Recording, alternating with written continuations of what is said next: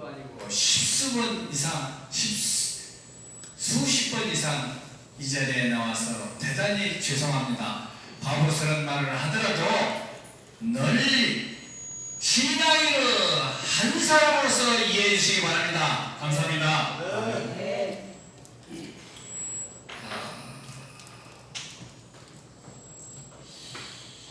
지난 3월에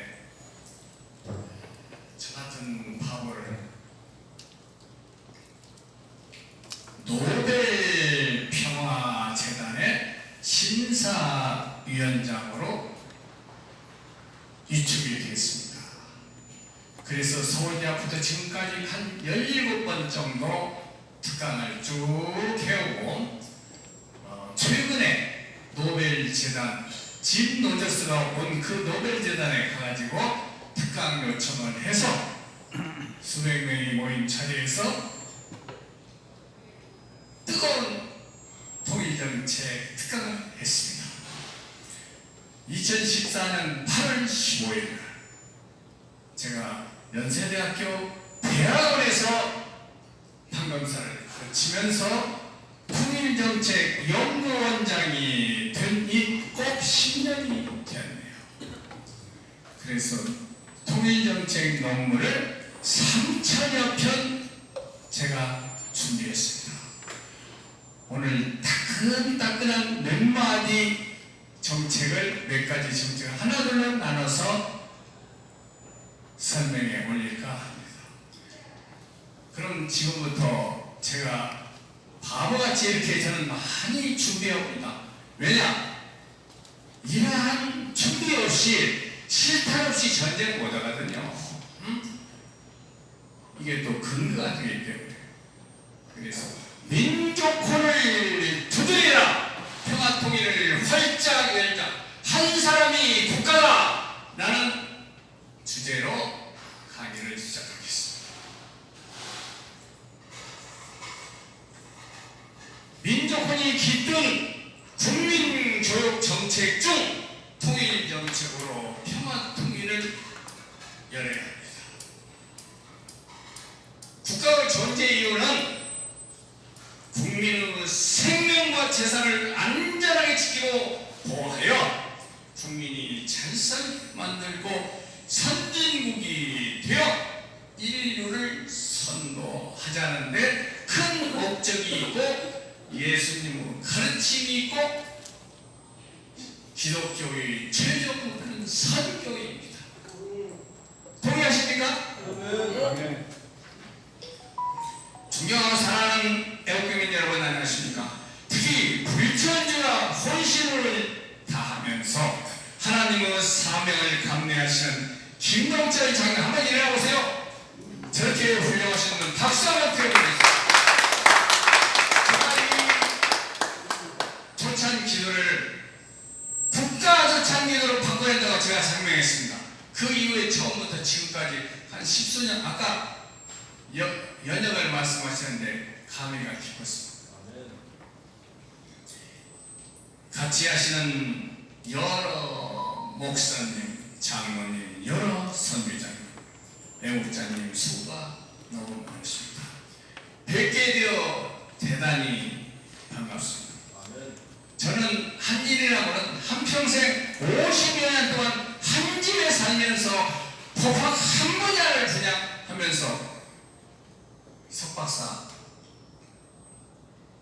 그 어렵다는 사람들 가르치면서 경찰공무원 연수원 교수 대한민국 경위부터 청장까지 다 모셨던 기억이 생생합니다. 온양 연수원에 있죠. 직접 연수원장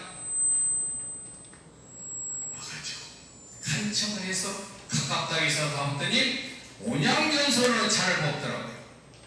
대단했죠. 우리 주님과 우리 타는데 물 한잔 먹어도 되겠습니까? 우리는 이름 없죠 뭐.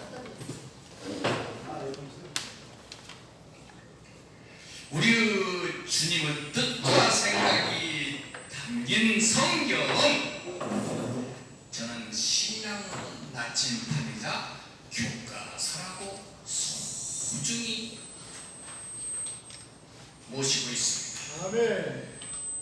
우리가 무엇을 행할 때 구하면 주시고 두드리면 열리고 찾으면 찾을 것이다.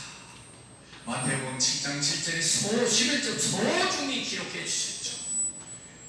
국민이 하나님의 뜻대로 잘 살기를 진실로 간구하고 기도하면서 신명기 7장 1장 21절에 나오는 하나님의 말씀을 지키라고 한 명령에 따르면 하나님의 공의와 정의가 강물처럼 흐르는 밝은 세상이 열린다고 굳게 믿고 행동하면 반드시 이루어질 거라 생각하는데 동의하십니까? 아멘. 우리 기독교 신앙, 특히 모든 신앙이 대단하신 영웅들입니다. 한마디 외쳐봅시다. 나는 영웅이다. 한번 해보세요. 아주 훌륭한 기독교 신자들이십니다. 하나님이 주신 빛, 공기, 물을 지혜롭게 활용한다면 우리 생명력을 유지, 발전, 보존시키는 반면 한민족의 우리 민족의 특의 사상과 조국의 5,000년 동안 전쟁이 몇 번이나 일어났어요. 931번의 전쟁을 전부 막았던 그 저력과 백일민족을 상징하는 하늘과 땅을 숭배하는 우리 고유 신앙일 수도 있죠. 여기에 우리 하나님의 위대한 성령이 임하신다면 우리가 당면하기는 경제적인 이익이 반드시 극복하고 크게 발전할 것이라고 저는 심주어 주장하는데 동의하십니까? 아멘. 그래서 코로나가 발생하기 한 3년 전쯤 그 코로나가 발생하기 3년 전쯤 이러한 위기가 세계 1차 세계적인 총칼전쟁이었다. 그러나 3, 4년 핵전쟁이 아니다. 코로나 등 위해서 경제 전쟁이다. 제가 이것을 버텨냈더니 모든 세계 신문 기자들 저한테 다 왔죠. 어떻게 그런 예언이 아니라 예지력이다. 나는 고등학교 3학년까지 어려서는 불우하게 자랐지. 제 당대 할아버지가 대한민국을 위해서 이주연서 문과의 1등은 장원급제하는 제가 손자입니다. 그때는 몸뚱이 700명 잘 살았지만 그놈의 외정 시절에 일본 놈들이 와가지고 다 뺏겼죠? 그래 목숨은 살았어. 그래서 내 부친이 돌아가신 고등학교 3학년까지 국어책 한 권 가지고 졸업했습니다. 그것이 한이 돼서 350여만 명, 50여만 권을 제가 읽었어요. 근데 책 가지고는 구가 안 나더라고요. 여러분 한문책 다 있으시죠? 국정교 같습니다. 그 저자가 누군지 아세요? 제 친족합니다. 조도혜입니다. 초등학교 2학년뿐이 안 나왔습니다. 우리 부친이 못 다니게 해서 그러나 이 사람이 노력하니까 이리 남성고등학교 선생, 전북대학 교수였어요. 대한민국 국사편집위원장까지 했어요. 인터넷 쳐보세요. 나와. 조도혜. 그게 우리 집이요. 그렇게 험난하게 내가 사는 사람. 그래서 통일정책연구원장을 10년 전에 연세대학교 교장했어요. 대학원 교수, 서울대대 교수, 천연기고에서 알죠. 이상 쓸데없는 말을 했습니다. 안보가 무너지면 나라도 국민도 나도 전부 잃고 다 죽는다. 이것을 연구한 논문 중에서 특히 한 사람이 있는 국가다라는 주제로 오늘 시간 내에 전개해 드릴 겁니다. 사실은 이 제 논문은 이 강의는 했다면 제가 배덕 아니면 제가 강의 안 씁니다. 차라리 무료든지 뭐 시간 빨리 끝나 웃기는 얘기죠. 죄송합니다. 괜히 푸념했습니다. 동의하지 않으신 분은 양해해 주시기 바랍니다. 평화통일을 활짝 열자고 연구한 이 논문이 여러 애국자님의 간절한 기도와 진실한 노력으로 남북통일을 활짝 여는데 큰 몫이 되기를 소원하면서 그 논의를 전개해 보겠습니다. 우리는 세계 10위권 내로 발전시킨 위대한 국가이고 국민입니다. 인류사에서 발생한 전쟁의 원인이 무엇이고 대한민국에서 발생한 전쟁의 원인이 무엇이고 이들은 어떠한 인과관계였고 대한민국의 평화통일은 세계 평화와 인류의 발전에 어떠한 영향을 주고 어떻게 기여할 것인가 등에 가서 연구한 정책을 활용한다면 분명 강한 국가를 만들어 인류를 선도할 수 있다고 주장하는 제가 못난 학자 중에 한 사람입니다.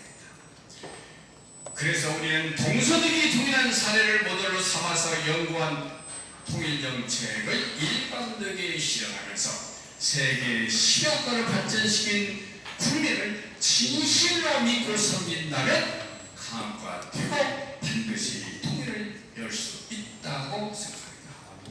자꾸만 국내시 정치 상황을 살펴봤습니다만 한반도에서도 전쟁 중식과 평화선언으로 온 세상의 평화 물결이 출력일 것 같아서 우리가 항던 꿈에 동승했던 일도 있습니다. 그러나 이것은 아닙니다. 도시는 우리나라는 50여 년 동안에 좀 전에 있던 후배선언하고 5년에 한 번씩 전쟁이 일어났으니까 무슨 시기이고 지금도 그 잔재가 있어요. 전체 봐봐요. 한 번도 쓰지도 못하는 집보따래요. 자기 몸보다 더 크게 짊어지고 다니는 연세 드신 분들이 많아요. 참 불쌍하시죠. 살아날 수 있었던 심호원처럼 우리 한민족 민족권에 기인하는 것이고 이런 탁월한 민족권은 특이해서 상당히 군주백성에서 참 똘똘 뭉쳐 조국의 민족에 파괴되기 때문에 수많은 외침을 막아내는 중매자가 되었기 때문에 국가는 겨우 지킬 수 있었으나 1960년부터 3번 당했던 전쟁이 있죠. 일어났던 이 전쟁은 5,000년 역사에 900선이라는 전쟁 전부 한반 크기보다도 훨씬 큽니다. 민족이 없어져 버리고 갔어요. 그래서 역사는 묻고 있습니다. 1910년 8월 22일 한일합방으로 일본의 나라를 송두리째 뺏기고 이 강한 불굴 이게 하나인가. 두 번째는 1904년 8월 15일 쟁취한 해방 기쁨 소리가 먹기도 전에 48년 남한에서는 8월 10일 북한에는 9월 9일 사상 문제로 둘로 갈라졌죠. 이 원인도 우리가 살펴봅시다. 그 잘났다고 지도자라고 하는 사람들이 두 사람이 이해 다툼으로 이렇게 되어버린 거예요. 서로 지도자가. 셋은 1950년 6월 25일 동족선에 조금 전에 기도에서 나온 비극전쟁이 일어나 수많은 백성이 죽고 분단국가라는 단 그 이유를 아는가.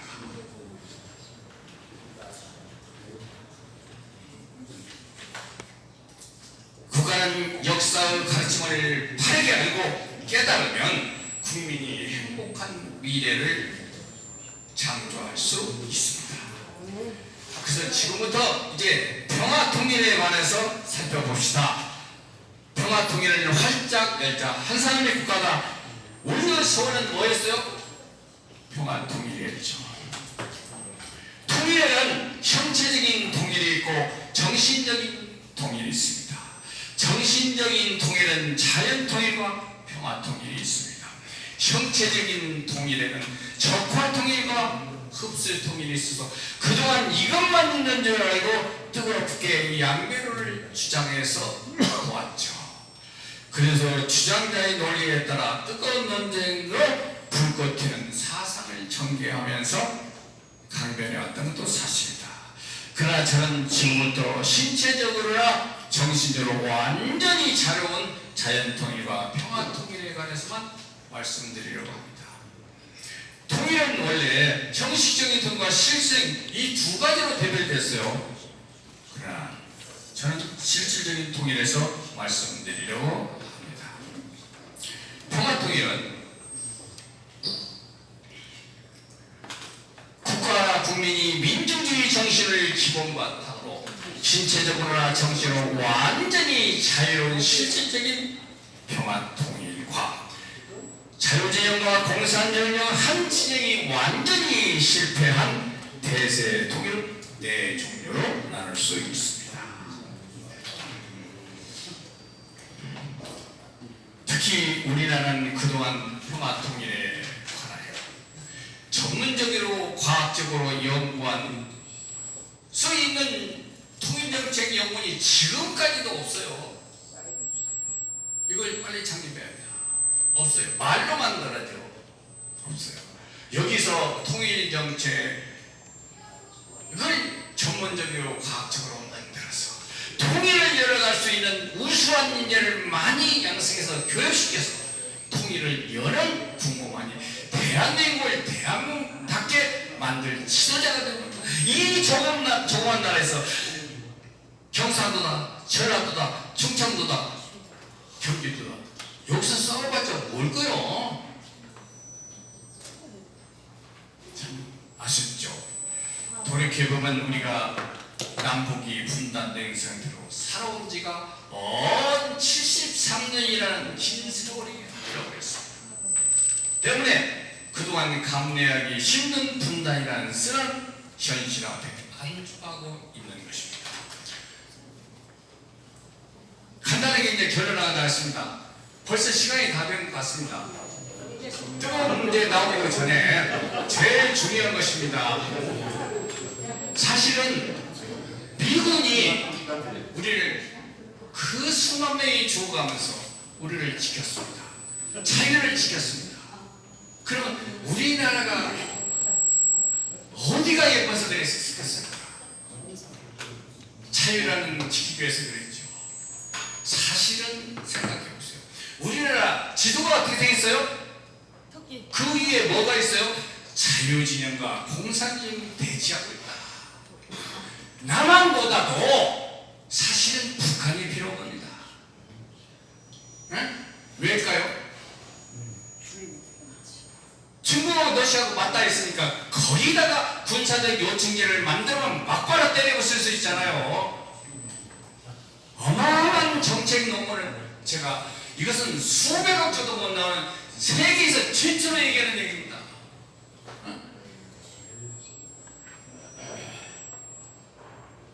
시간이 없다니까 따끈따끈 그런 걸 입맛만 버리니까 여기서 중단하고 올라가겠습니다.